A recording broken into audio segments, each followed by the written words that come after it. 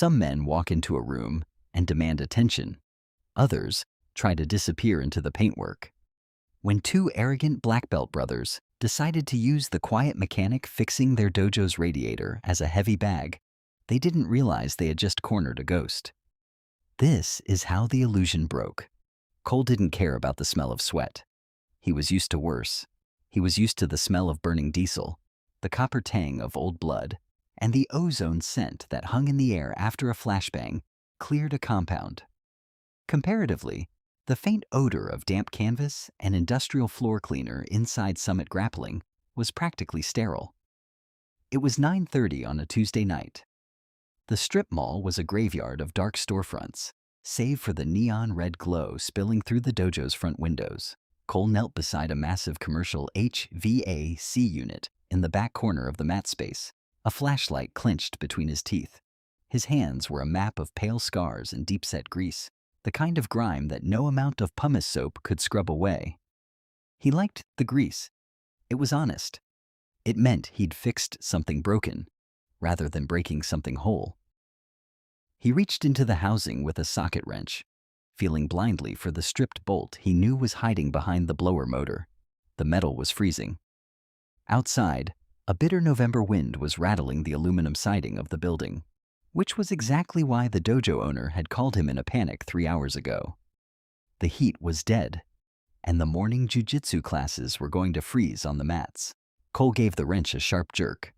The bolt gave way with a satisfying squeak. He let out a slow, controlled breath, the vapor pluming faintly in the frigid air of the room. He liked working after hours. It meant he didn't have to talk to anyone. He didn't have to put on the polite, vacant smile he used to navigate civilian life. He was 34, but his knees felt 50. His lower back carried a permanent ache from a bad static line jump over a decade ago, and his left shoulder popped every time he raised his arm past 90 degrees.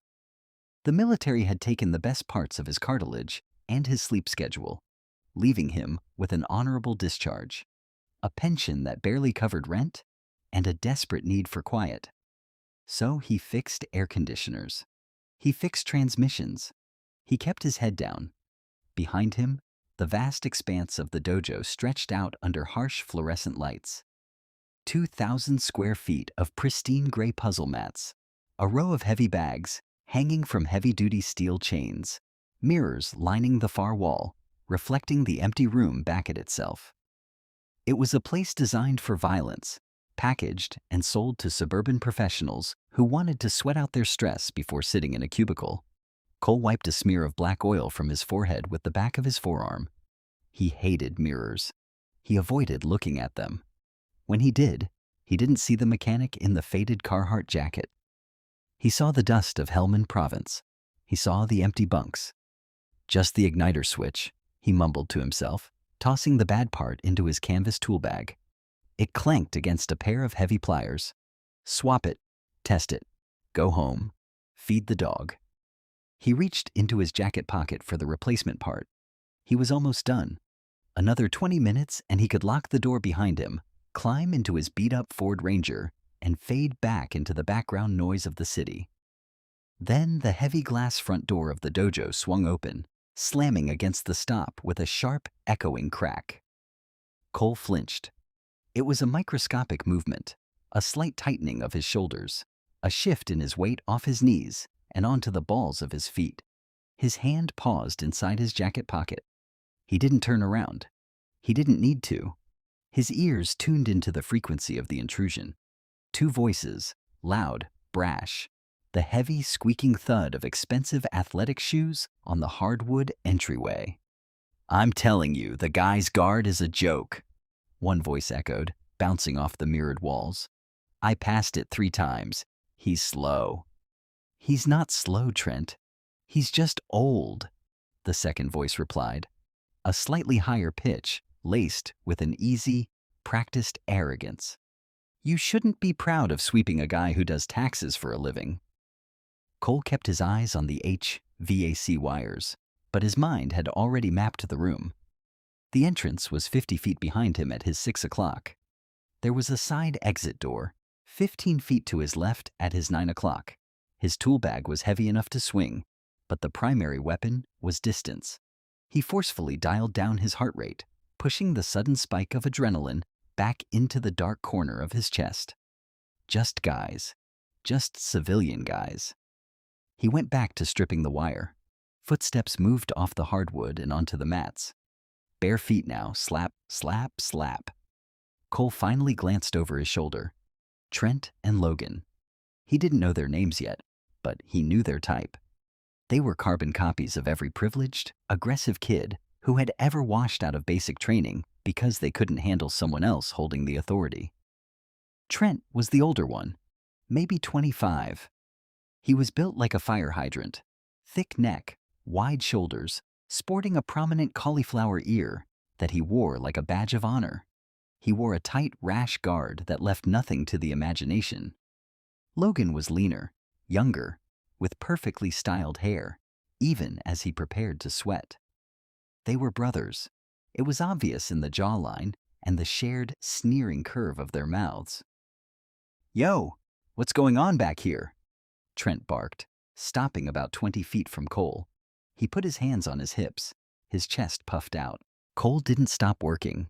He twisted the copper wires together. "Owner called. Heat's out. Fixing it." His voice was a low gravel, giving nothing away. "At 10 o'clock at night?" Logan asked, stepping up beside his brother. He was casually wrapping his hands in white tape, staring down his nose at Cole's grease-stained jeans. "Unit broke at 7, Cole said evenly, reaching for the electrical tape. "If I wait till tomorrow, you guys are training in parkas." Trent scoffed. "Whatever, just keep it quiet. We're doing competition prep." Cole didn't reply. He taped the wire, tucked it neatly into the housing, and reached for the mounting bracket. He had met men like Trent and Logan all over the world, men who mistook a gym membership for combat experience, men who thought aggression was the same thing as violence. Cole knew the difference. Aggression is loud. It beats its chest. It wants an audience. Violence is silent. It's a cold, mechanical process of dismantling a threat. Cole had spent years studying the latter, and he had no interest in engaging with the former. He heard the sharp exhalation of breath behind him as the brothers began to move. They weren't just warming up, they were putting on a show. The slapping of bare feet on the mats intensified, the snapping of heavy kicks against invisible targets, the grunts of exertion. Cole kept his head down, focused entirely on the screws. 2 more. Just 2 more and I'm out. Space in a fight is currency. You spend it to attack. You hoard it to defend. Cole understood spatial dynamics better than he understood most human emotions. He could feel the brothers shrinking the room. The dojo was massive, offering plenty of square footage for 2 men to spar without ever coming near the back corner. Yet with every exchange, every sequence of punches and sprawling takedowns, Trent and Logan drifted closer to the HVAC unit. It was entirely deliberate. It was a primitive dominance display, a dog marking the edge of its yard. They wanted the quiet mechanic to shrink, to pack up his tools and scurry away out of fear of their physical prowess. Thwack! A heavy roundhouse kick from Trent cut the air, missing Cole's kneeling frame by less than 4 feet. The wind off the strike ruffled the collar of Cole's jacket. Cole didn't blink. He calmly selected a 1/2-inch socket from his organizer, attached it to the ratchet, and began tightening the final bolt on the blower assembly. "Watch the footwork, Logan," Trent said, breathing heavily, circling his brother. They were roughly 10 feet away now. "You're leaving your lead leg out. A real striker would chop that down." "You're not a real striker," Logan shot back, throwing a lightning-fast combination of jabs. "You're a wrestler who learned how to throw a sloppy overhand." They clinched. Flesh slapped against flesh. They wrestled to the mat, a tangled knot of limbs and heavy breathing, rolling directly toward Cole's tool bag. Cole paused. He watched from the corner of his eye as Trent used Logan's momentum to sweep him, sending Logan crashing onto the mat. Logan's foot violently clipped the edge of Cole's open canvas bag. The bag tipped. A handful of wrenches, a heavy steel flashlight, and a scattering of screws spilled out onto the gray puzzle mats with a loud, metallic clatter. The brothers stopped rolling. They lay there for a second, panting, looking at the spilled tools. The room went dead silent, save for the wind outside. Cole slowly exhaled through his nose. He rested his hands on his thighs. He didn't look at the brothers. He looked at the 10mm wrench resting inches from Logan's sweaty heel. "Whoops," Logan said. There was no apology in his voice. It was a challenge. A flat, arrogant smirk stretched across his face as he pushed himself up onto his knees. Trent stood up, wiping sweat from his forehead, looking down at Cole like he was a stray dog that had wandered onto a golf course. "You should probably keep your junk contained, man. We're rolling here. Somebody could snap an ankle on that." Cole didn't speak. He didn't let his jaw tighten. He didn't allow his eyes to harden. He knew the physiological signs of an impending attack, the narrowing of the pupils, the shift of blood to the extremities, the squaring of the shoulders.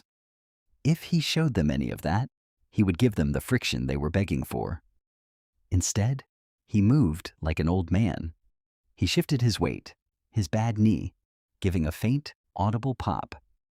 He reached out, his thick, calloused fingers wrapping around the cold steel of the wrenches, picking them up one by one and placing them back into the bag. "Sorry," Cole muttered. The word tasted like ash in his mouth, but it was a tactical retreat. De-escalation, swallow the pride, save the peace. He zipped the bag closed and placed it securely behind the HVAC unit, flush against the drywall. Logan snorted, getting to his feet. "Yeah, just keep it out of the way, Chief." Cole turned back to the unit. The igniter was in. The blower was secure. All he had to do was flip the breaker and test the thermostat.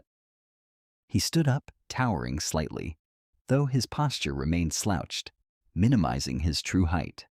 He was an inch over 6 feet, but he carried his shoulders rolled forward, burying the thick, corded muscle of his back beneath the bulky Carhartt fabric. He walked past the brothers, toward the thermostat on the far wall. He gave them a wide berth, 3 feet of clearance. Trent stepped into the gap. It wasn't an accident. Trent moved laterally, his heavy shoulders blocking Cole's path. He didn't raise his hands, but his chest was puffed out, his chin tucked slightly, the universal posture of a man looking for an excuse. Cole stopped. He was 2 feet away from Trent. He could smell the acidic tang of the younger man's sweat, mixed with some expensive, overpowering cologne. "You got a problem, wrench monkey?" Trent asked, his voice dropping an octave, trying to sound menacing. Cole looked at Trent's chest. He refused to meet his eyes. Eye contact is a contract. "No problem," Cole said quietly. "Just need to hit the thermostat. Then I'm gone."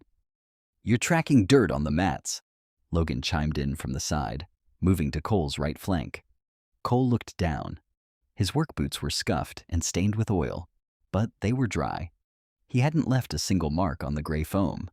It was a manufactured grievance. They were building a narrative to justify what they wanted to do next. "I wiped them at the door," Cole said. His voice was flat, monotone, the way a hostage negotiator speaks to someone standing on a ledge. "I don't care what you did at the door," Trent said, taking a half step forward. The distance was now 12 inches, intimate range, striking range. "These are competition mats. You take your boots off or you get off them." Cole looked at the thermostat. It was 20 feet away. He looked at his tool bag, 30 feet behind him. He looked at the heavy glass door, 60 feet to his left. He was calculating. It was an involuntary reflex, deeply ingrained by years of survival. Trent was heavy, likely a grappler. His stance was wide, rooted. He would shoot for the legs or go for a collar tie. Logan was light on his feet, standing bladed, a striker, probably kickboxing or Muay Thai. They had a massive weight advantage combined, and they were primed with adrenaline. Cole had none of that. He just had a deep, bone-weary exhaustion and a sudden, terrifyingly familiar coldness blooming in the center of his chest. "I'm not taking my boots off," Cole said gently. "I'll walk on the hardwood. I just need to turn the heat on." He took a step to his left, attempting to circle around Trent.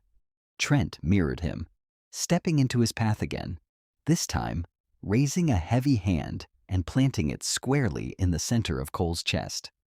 "I said," Trent growled, pushing hard, "get off the mats."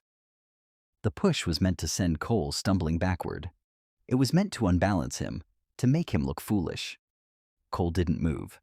The force of Trent's shove transferred through Cole's jacket, met the solid, unyielding structure of his torso, and stopped dead.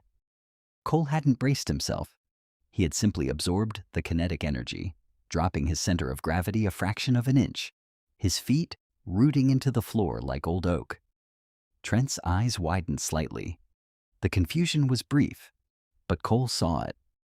It was the sudden realization that the object he had pushed was significantly heavier and denser than it appeared. "Take your hand off me," Cole said. The gravel in his voice was gone. The tone was completely different now. It wasn't angry. It wasn't loud. It was absolute. It was the sound of a steel door locking shut. Logan saw his brother's hesitation and misinterpreted it. He thought Trent was just playing with his food. "Hey, deaf man," Logan barked, closing the distance on Cole's right side. "He told you to back up." Cole didn't look at Logan. His eyes were finally fixed on Trent. He looked past the arrogance, past the cauliflower ear, straight through the pupil to the optic nerve. "I'm working," Cole said, the words measured and precise. "I'm leaving in 2 minutes. Move." Trent sneered, recovering his bravado. His ego couldn't let the failed shove go unanswered, especially not in front of his brother. "Or what? You going to hit me with a wrench, old man?" Trent made his mistake. He reached out to grab the lapels of Cole's jacket. A classic hockey fight entry, looking to control Cole's posture and drag him down into a dominant grappling position. He never made contact. The switch flipped. It wasn't a conscious decision on Cole's part. It was a biological override. For years, he'd kept the vault locked. He had buried the muscle memory under layers of civilian routine, under oil changes and thermostat wirings. But violence is a language, and Trent had just spoken it fluently. Cole's nervous system responded in kind. Before Trent's thick fingers could grip the heavy canvas of the jacket, Cole moved. It wasn't the wild, swinging movement of a bar fight. It was a terrifying economy of motion. Cole's left hand shot upward, not as a fist, but as a rigid wedge. He parried Trent's reaching arms from the inside, deflecting them outward with a sharp, brutal crack of forearm against forearm. Trent grunted, his guard suddenly forced wide open, his chest exposed. Cole didn't punch. Punching breaks hands. Punching is for rings with padded gloves. Instead, Cole stepped into the space Trent had just vacated, sliding his lead foot behind Trent's ankle. At the same exact moment, Cole drove the heel of his right hand upward, slamming it with structural, devastating force into the center of Trent's chest, right over the sternum. It was a strike designed to disrupt the respiratory system, coupled with a perfectly timed leg sweep. Trent's feet left the ground. He hung in the air for a fraction of a second, his face a mask of sudden, paralyzing shock, before he slammed backward onto the mats with a sickening thud. The breath left his lungs in a violent whoosh. He lay there, staring at the ceiling, desperately gasping for air, like a fish thrown onto a dock, his diaphragm locked in a spasm. It had taken less than a second. Logan froze. He was mid-stride, his hands half raised in a loose fighting stance. His brain couldn't process the telemetry. One moment, his 220-pound brother was dominating a tired mechanic. The next, Trent was on his back, incapacitated by a blur of movement that Logan hadn't even been able to track. Cole didn't pause to admire his work. The threat was not neutralized. There were two hostiles in the room. He pivoted sharply on his heel, turning his full attention to Logan. The slouch was gone. The exhausted mechanic had vanished. The man standing on the mats now was a kinetic weapon. His posture perfectly balanced, his hands raised open near his chin tucked, elbows tight to his ribs. His eyes were wide, cold, and dead, processing distance, angles, and physiological vulnerabilities, Logan felt a sudden, icy spike of terror pierce his adrenaline. This wasn't the hesitant guy from a moment ago. The air around Cole felt different. It felt heavy. "You!" Logan stammered, his bravado shattering. But the ego is a stubborn thing. He was a black belt. He had won tournaments. He couldn't just back down. Logan let out a sharp yell and launched a rapid 1-2 combination. A stiff left jab, followed by a heavy right cross, aimed straight at Cole's jaw. It was textbook form, fast, snappy. In a spar, it would have scored points. In reality, it was desperately predictable. Cole didn't block. Blocking absorbs force. He slipped. He shifted his head 3 inches to the right. Logan's left jab cut through empty air, brushing past Cole's ear. As Logan's right cross extended, Cole stepped diagonally forward inside the strike zone. He parried Logan's extending right arm with his left hand, grabbing the tricep and pulling Logan forward, using the kid's own momentum against him. As Logan stumbled off balance, his face totally unprotected, Cole delivered a short, vicious elbow strike upward. He pulled the shot at the absolute last microsecond. Instead of shattering Logan's orbital bone, the point of Cole's elbow stopped a 1/4 inch from the skin below Logan's right eye. The force of the displaced air fluttered Logan's eyelashes. Logan froze, entirely off balance, suspended in a terrible intimacy. He was looking directly into Cole's eyes. There was no anger in them. There was no triumph. There was only a cold, clinical calculus, the look of a man who was reading the structural integrity of Logan's skull and deciding whether or not to compromise it. "Breathe," Cole whispered, his voice steady, his breath ghosting over Logan's face. "Or you're going to choke on your own teeth." Logan swallowed hard, his Adam's apple bobbing in his throat. His entire body trembled. He could feel the devastating, dense power radiating from the elbow, hovering inches from his eye. He realized with absolute clarity that his life right now was a courtesy being extended to him by a stranger. Behind them, Trent finally managed to suck in a ragged, wheezing breath, coughing violently on the floor. Cole held the position for 3 agonizing seconds, letting the reality sink deep into Logan's bones.